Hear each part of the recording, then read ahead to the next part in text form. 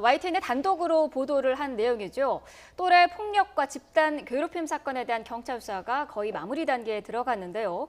파면 팔수록 충격적인 사실이 계속해서 드러나고 있다고 합니다. 어떤 내용이 계속 나오고 있는 건가요? 그러니까 옷 벗겨가지고 찬물 끼얹고 또 사진까지 촬영을 합니다. 특정 부위. 예. 그걸 갖고서 또 SNS 통해서 전파까지 했다는 겁니다. 그리고 목을 졸라가지고 기절까지 시켰다는 사실이 또 발견이 됐고요. 예. 네. 예. 이 영화관 건물 뭐 집에까지 가가지고 막 폭행하고 괴롭힘까지 당했다는 겁니다. 마치 이 아이를 갖다가 샌드백처럼 취급했다는 겁니다. 아, 예. 자, 이게 지금 계속 이제 경찰에서 수사가 진행 중인데 지금 마무리 단계에 있지 않습니까? 그렇습니다. 자, 이 학생들한테 적용되는 혐의가 지금 뭐 한 10여 가지가 넘는다고 해요. 예, 그렇습니다. 지금 가해자로 지목된 학생이 12명인데 예, 이 예. 중에서 현재 입건은 6명 했다는 겁니다. 네. 감금하고 예. 또 폭행하고 또 금품 뺐기 때문에 공갈 또 이 성추행까지 적용했다고 하는데요.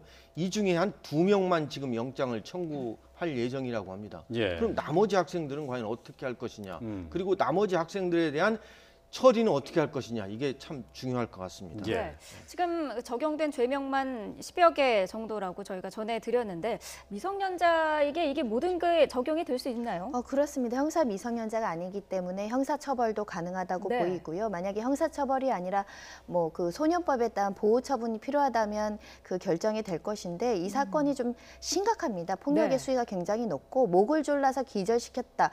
사실은 적용 법조가 이렇게 되어 있지만 사실은 심각한 피해를 유발할 수도 있었던 상황이기 때문에 엄중하게 예. 처벌을 해야 되고요. 예. 네. 그래서 이 주범으로 보이는 2명에 대해서는 학교폭력대책자치위원회에서 징계 결정을 내렸습니다. 퇴학 처분까지 내렸고요. 예. 네. 나머지 가담한 학생들에 대해서도 경중에 따라서 엄중하게 처벌하고 피해자를 보호하는 어떤 보호 처분이 나야 되지 않을까 싶습니다. 예. 네. 근데 이 청소년에 대해서는 가해 학생들에 대해서는 법원에서 좀 온정주의 처분 경향이 있습니다. 예. 그래서 구속도 잘 시키지도 않고 네. 또 구속을 시킨다 하더라도 나중에 재판에 회부된다 하더라도 집행유예 형을 받습니다. 예. 그러면은 어떻게 되겠습니까? 나중에 나와서 또 피해 학생을 괴롭힐 수가 있거든요.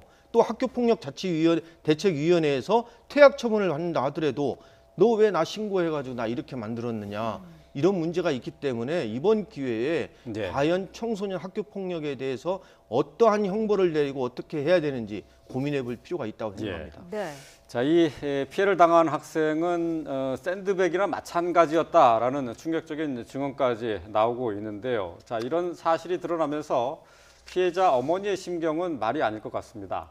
자, 어떤 심경인지 잠시 들어보겠습니다.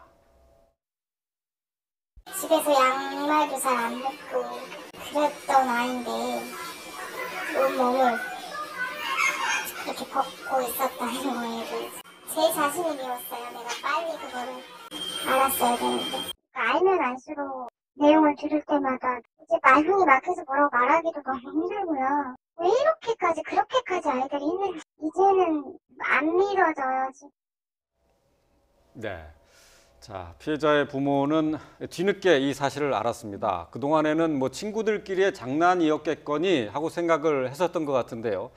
이 피해자 부모가 이렇게 뒤늦게 알았을 수밖에 없는 상황이 있었나요? 근데 왜 이 피해 학생은 그런 거를 얘기를 못 했을까요? 글쎄요. 학교 폭력 전담 경찰관도 있고 예. 그 학교 상담 교사도 있었을 텐데 이 학생은 계속해서 막기만 했습니다. 이게 우리의 어떤 학교 폭력 대책 관련해 가지고 정부가 정책 내놓는 거에 대해서 이게 너무 장식적인 거 아닌가 그런 예. 생각을 해보거든요. 예. 네. 이 학생이 그렇게 폭력을 당하고도 어머니한테 차마 얘기도 못하고 예.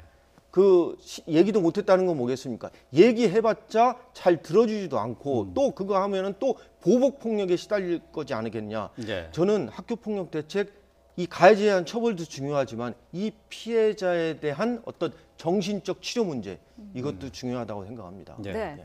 앞서서 저희가 가해 학생들의 혐의도 짚어봤는데 말씀하신 것처럼 피해 학생과 그 가족이 지금도 겪고 있는 그 고통을 좀 보듬어줄 수 있는 어떤 시스템도 필요할 것 같은데요. 일단 우리 학교폭력법에 보면 피해자를 위해서 심리 상담이라든가 정신과 치료라든가 이런 것들을 지원할 수 있게 해주곤 있는데요. 네. 피해 학생 입장에서 가장 두려운 건 뭐냐면 보복이나 또 다른 형태의 앙따일 겁니다. 왜냐하면 예, 동급생들한테 이 사실이 알려지고 뭐 전학을 가든 뭐 반을 교체한다고 하더라도 또 다른 형태의 어떤 앙따나 따돌림이 있을 수 있기 때문에 네. 지속적인 관찰이 필요해 보이고요. 특히 여기 가담한 학생들이 굉장히 맞습니다. 예. 또 다른 피해자가 있을 수 있다는 거죠. 이 학생 예. 말고도 예. 그런 것들을 조금 면밀하게 조사해서 아이들의 어떤 심리 상담이라든가 근본적으로 아이들의 어떤 폭력성이나 이런 것들을 저감시킬 수 있도록 선생님, 부모들 이런 노력들이 좀 많이 필요하지 않을까 싶고요. 예. 가해 학생 부모들도 당장 우리 아이들이 뭐 어떤 처벌을 받을까 두려워하시지 마시고 피해 학생한테 진정으로 용서를 빌어서 사과를 받고 적절한 배상을 해주는 게 당연히 필요하지 않을까 싶습니다. 예. 네. 자, 학교 폭력 위험 수위를 넘어선 경우가 상당히 많습니다. 학교에서도 물론 단속을 잘 하겠지만은 가정에서도 아이들의 학업 생활을 꼼꼼히 챙겨보셔야 되지 않을까 싶습니다.